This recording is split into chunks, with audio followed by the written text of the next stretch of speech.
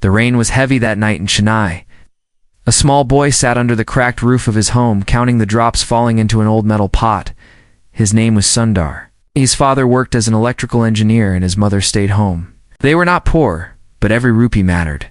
Sundar learned early to fix things, to listen more than speak, and to dream quietly. He had one gift that no one could take away. A memory that could recall numbers like magic. Phone numbers, bus timings, cricket scores, he remembered them. All. Neighbors often asked, "Sundar, what's the number to the clinic?" Or which train goes to Chengalpattu at 7? His father noticed, smiled, and told him, "Your mind is sharp, son, but remember, sharp tools can hurt if you don't use them kindly." At school, Sundar was the thin, shy boy who sat in the middle row. He listened, learned, and waited. Teachers praised him, but other boys mocked his quiet ways. "Look at him, bookworm," they laughed. Sundar only lowered his head, his cheeks hot. At night, under the dim light of a single bulb, he told himself, "Someday I will show them." Then came the day that changed everything. The school announced a citywide science contest. Sundar wanted to join, but he needed copper wires and a battery, things his family could not afford easily. When he asked his father, there was silence. His father's eyes were heavy. Sundar felt a sting in his chest, but then his mother gently touched his shoulder. "Wait," she said. A few days later, she gave him a small paper bag. Inside were the wires and the battery. "I sold my bangles," she whispered. Sundar's eyes filled with tears, but his mother smiled. "You are worth it." The contest hall was noisy, packed with boys from fancy schools. Sundar stood in a corner, his small project shaking in his hands. His heart pounded. When it was his turn, he spoke softly, explaining how his circuit worked. The judge leaned in, listening. When Sundar finished, there was a moment of quiet. Then the judge clapped. "Brilliant," he said. Sundar stood frozen as they pinned the blue ribbon to his shirt. That night, Sundar's father put a hand on his head and said, "You make us proud." But Sundar felt something deeper.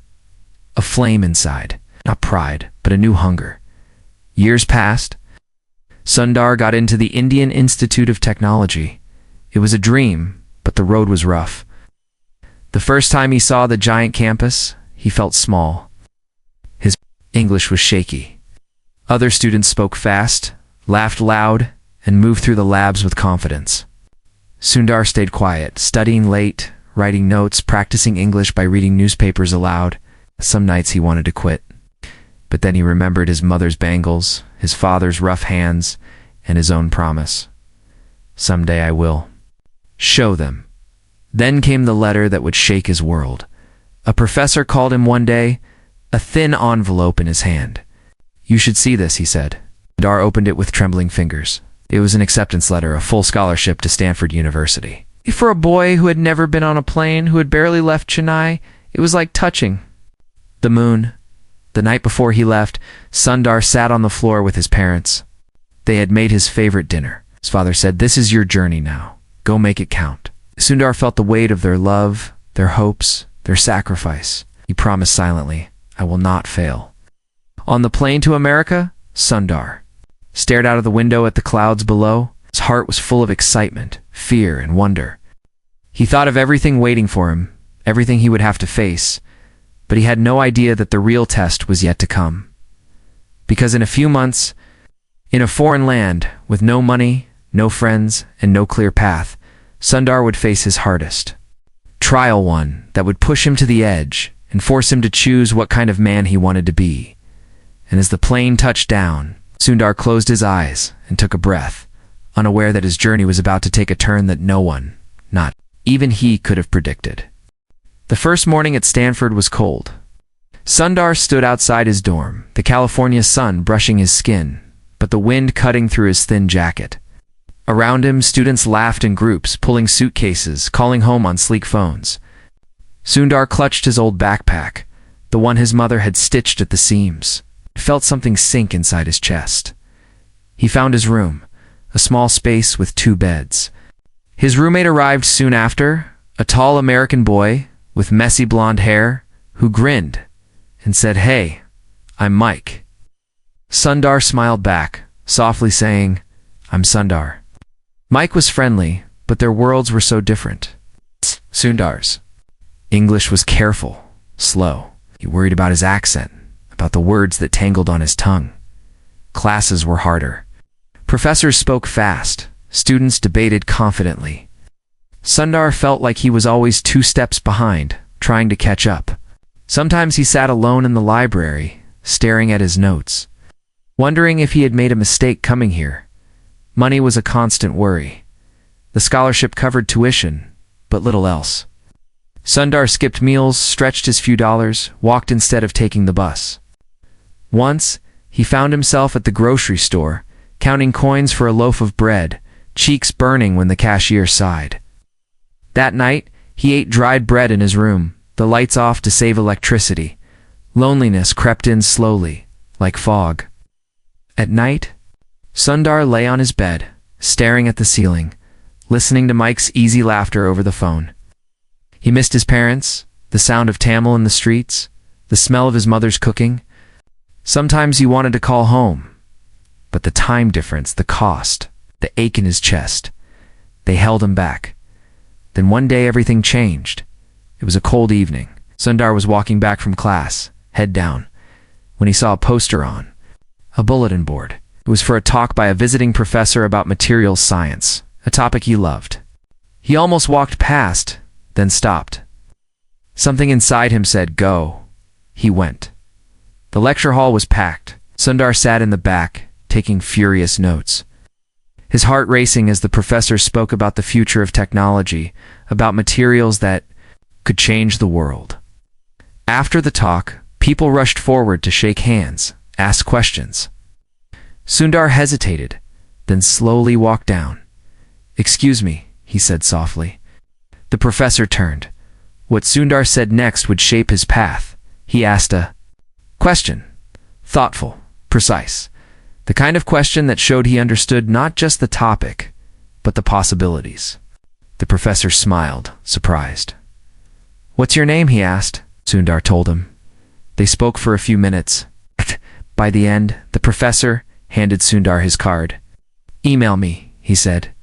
That connection opened doors soon. Sundar was working on research projects, staying late in labs, learning from people who saw his quiet strength. He still felt the sting of loneliness, but he also felt something new, belonging.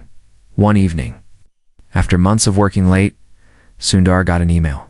It was an internship offer from a small but rising company called Applied Materials. The pay was small, but to Sundar, it felt huge. He took the job, working tirelessly, asking questions, learning everything. But then, as always, life threw another twist. During his internship, Sundar met an older engineer, Raj, who became his mentor. Raj saw the fire in Sundar, the hunger to learn. One day, Raj pulled Sundar aside. "You're brilliant," Raj said, "but you hold back." Sundar blinked. "I don't want to seem arrogant." Raj shook his head. "Listen, humility is good, but don't mistake silence for humility. You have to speak up. If you don't, people won't see you." Those words stayed with Sundar. The next time he had an idea in a meeting, his hands shook, but he spoke up. People listened. His idea worked.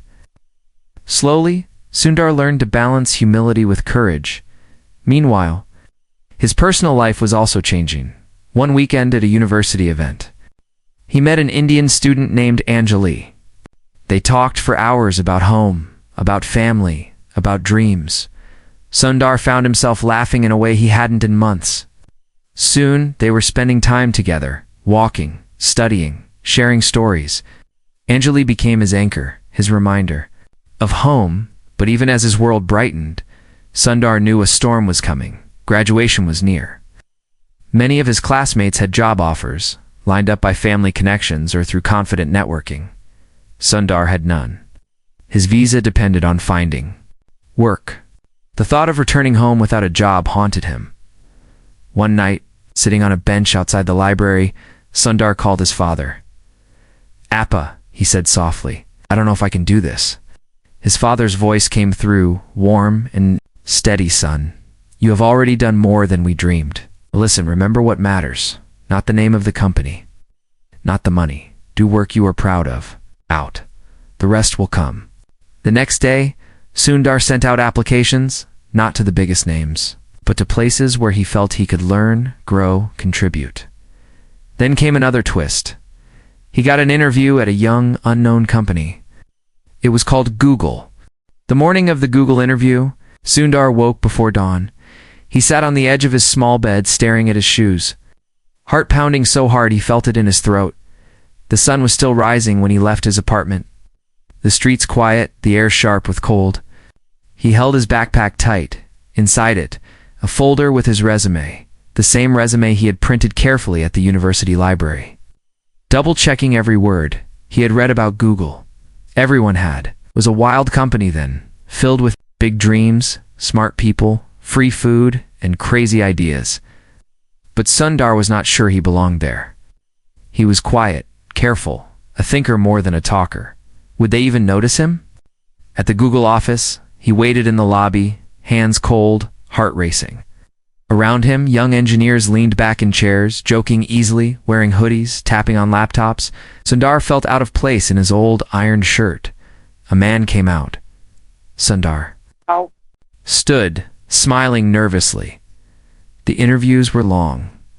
Hour after hour, different people sat across from him, firing questions about programming, about systems, about how he would solve problems he had never seen before sometimes. Sundar felt his mind light up, seeing answers quickly, explaining them with careful words. Other times, he froze, his mouth dry, the right words just out of reach.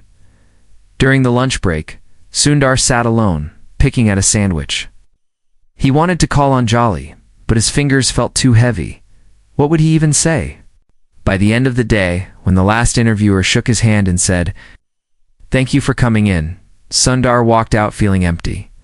He had given it everything, but had it been enough? That night, Sundar sat in his small room, staring at his phone. No message, no call. The next day, no message.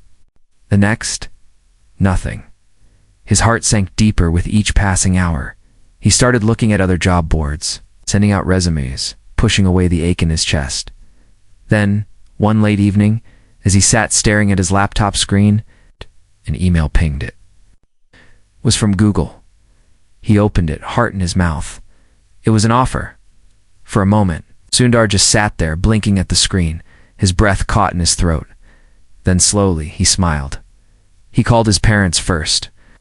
His father, quiet as always, said, softly, "I knew you would find your place." His mother cried. Anjali laughed, saying, "I told you, you're better than you think." But Sundar knew this was only the beginning.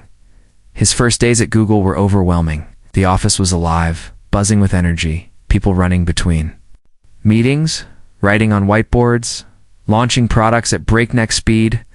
Sundar kept his head down, working hard, learning, absorbing. He started on the Google Toolbar project, a small team, but an important one. It was not glamorous, but Sundar gave it his best. He listened to users, fixed bugs, thought of small improvements. When the team was unsure whether to push the toolbar to bigger markets, Sundar spoke up. Quietly, but firmly. "People will use it," he said. "They need simple tools. We should make it work everywhere." The team listened.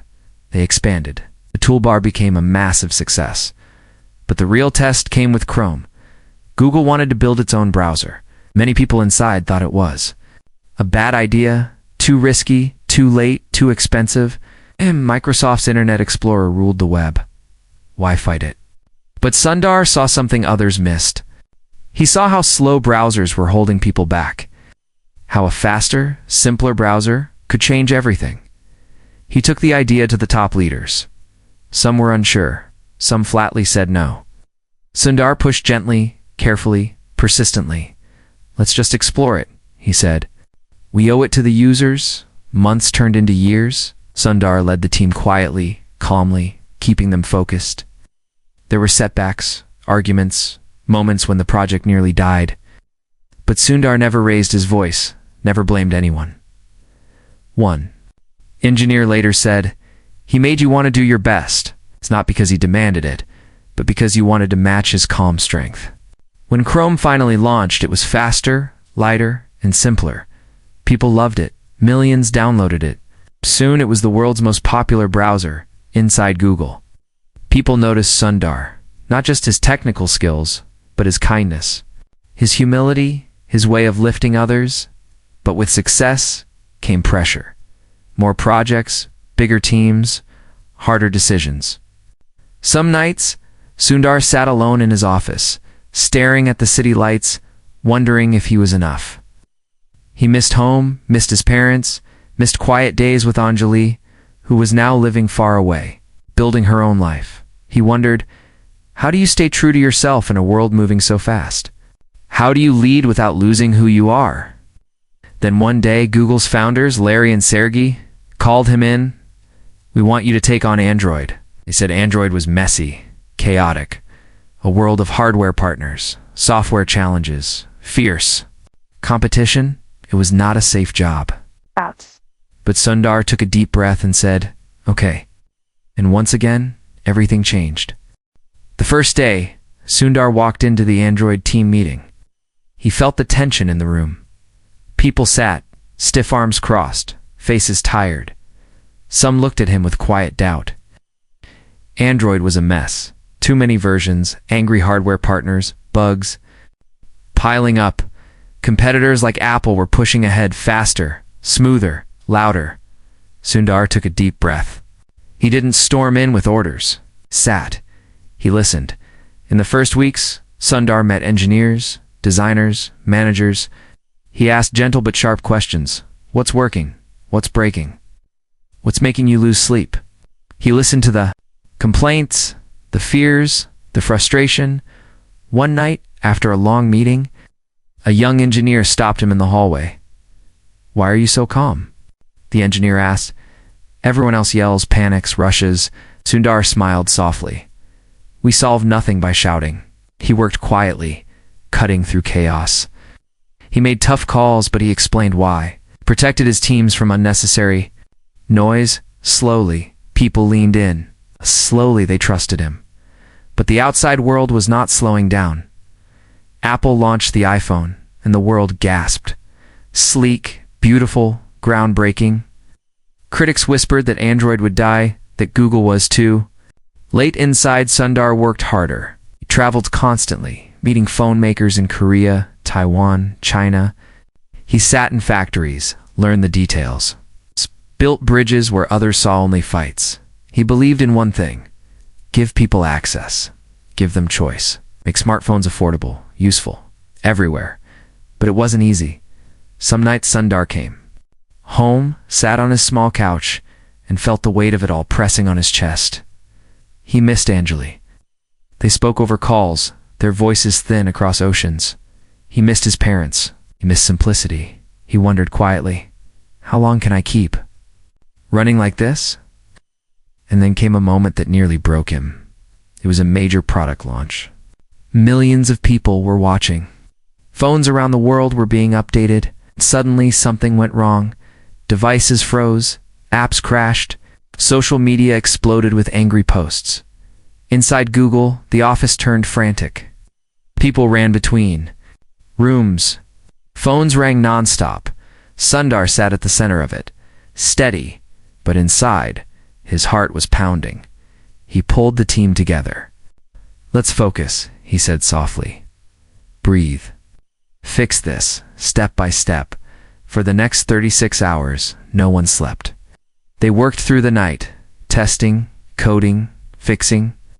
Sundar stayed with them, bringing food, checking on tired engineers. Never blaming, always asking, "How can I help?" When the system was stable again, the office was silent. People sat slumped, exhausted. Sundar stood, his voice soft. "Thank you," he said. "We did this together." Somewhere in the back, someone clapped. Soon, the room filled with quiet applause, not loud, but real. That night, Sundar walked home alone, the city lights blurring in his tired eyes. He called Anjali. "Are you okay?" she asked. "We fixed it," he said softly. And you? Paused. I'm holding on. Anjali was quiet. Then she said, Sundar, you're allowed to rest. You're allowed to feel. For a moment, Sundar closed his eyes, the words sinking deep. But there was no time to stop.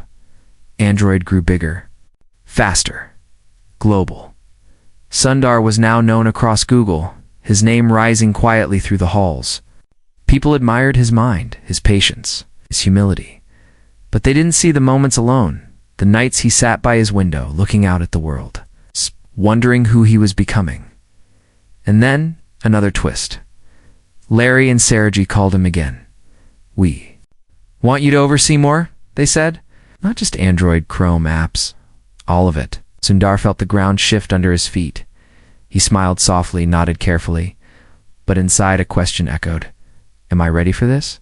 He thought of Chennai, of his father, reading by a small lamp, his mother selling her bangles, of his young self dreaming under cracked ceilings. He whispered to himself, keep going.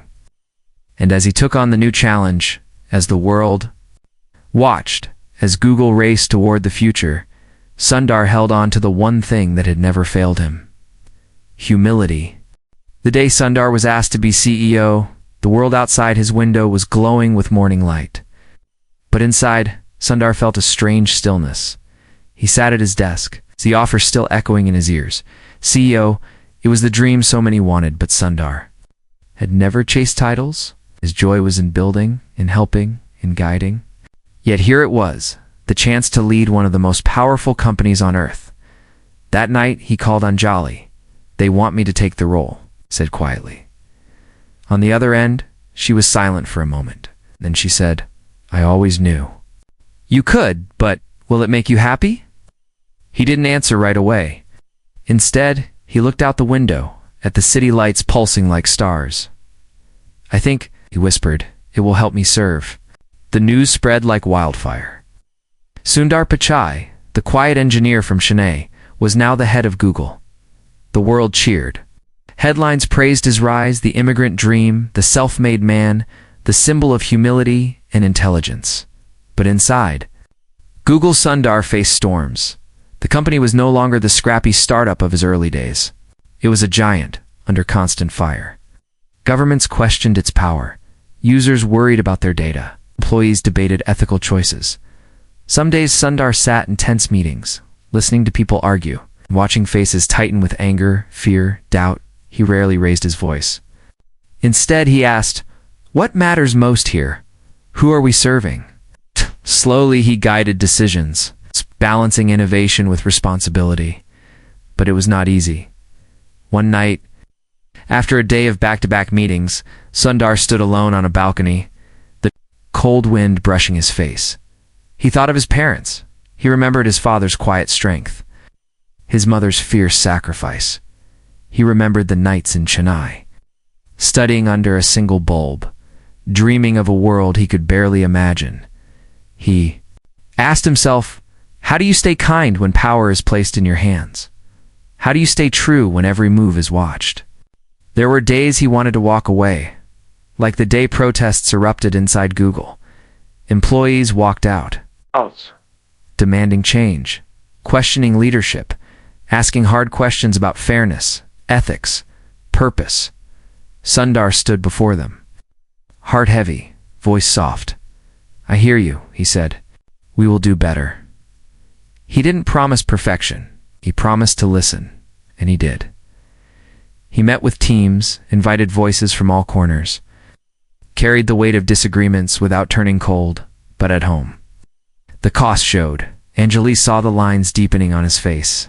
The long silences at dinner, the moments when his mind drifted far away. One night, she touched his hand gently. Don't lose yourself, she whispered. Sundar looked at her, as tired but tender. I'm trying, he said softly. And then, just as the world settled into this new chapter, another storm hit, a global pandemic. Overnight, everything changed. Offices shut. Cities quieted. Fear spread. Google had to keep the world connected. Maps, search, YouTube, Android, Chrome tools people now depended on more than ever. Sundar worked day and night, leading teams remotely, making hard calls, balancing safety with service. He watched the numbers rise, not profits, but cases, deaths, pain. He asked teams to focus on helping COVID information panels, small business support, online learning tools. We have a duty, he told them softly. Let's rise to it. But behind the scenes, he carried a loneliness few saw. Some nights, Sundar sat in his study, hands in his lap, the world outside silent. He missed his parents, now elderly and far away. He missed normal days with Anjali and their children. He missed the simplicity of building things without the shadow of global responsibility, and yet he kept going because he believed in one thing, that leadership is not about shining, it's about lifting. Lifting your team, lifting your company, lifting the world, even if only a little. The world began to reopen, slowly, cautiously. Cities buzzed again, offices filled with life. Families gathered, but inside Sundar, something was shifting. He sat at his desk late one night, staring at the glow of his laptop. Emails poured in, meetings lined up, decisions waited, yet his mind wandered. He thought of his father, now old and frail, sitting on the balcony in Chennai. He thought of his mother, her hands slower now, but her spirit still strong. He thought of Anjali, asleep in the next room, carrying the quiet burden of being the partner of a man the world pulled in 1,000 directions. He thought of his children, growing up with a father who was always half present there, but thinking of the next challenge, the next crisis, the next big thing. He wondered, was this what success meant? He remembered something his father once told him when he was a boy, sitting on the floor fixing an old radio. Remember, Sundar? His father had said softly, machines can be fixed, but people ... they need care. The words echoed now years. Later, across oceans, across time, one morning, Sundar decided to do something he hadn't done in years. He turned off his phone. He sat at breakfast with Anjali and the kids, truly listening, laughing at their stories, asking questions without his mind drifting away. They looked at him with surprise. Then with joy that afternoon, he sat under a tree in his backyard, feeling the sunlight on his face, the breeze in his hair, the earth under his feet. For a moment, he was not CEO, he was just a man. But the world didn't stop. Google was facing heat antitrust investigations, ethical debates, climate demands, employee activism, fierce competition from rivals rising fast. The board called. Sundar stepped back into the arena. He faced senators, reporters, shareholders, employees, critics. He answered questions calmly, admitted mistakes, promised action. But inside he felt the cracks widening. How long can one person carry so much? One night, after a long flight back from Europe, Sundar walked into his home, set down his bag, sat in the dark. And sat in the dark. And they found him there. She sat beside him, no words, just presence. After a long silence, Sundar whispered, "Sometimes I wonder if I'm failing." She turned, touched his face gently, and said, "You're human." And in that simple truth, Sundar found a strange kind of peace. He realized that leadership was not about being unbreakable. It was about breaking, still standing, about carrying the weight, and still smiling, about being strong, not by crushing pain, but by holding it with softness. In the months that followed, Sundar began to make small changes.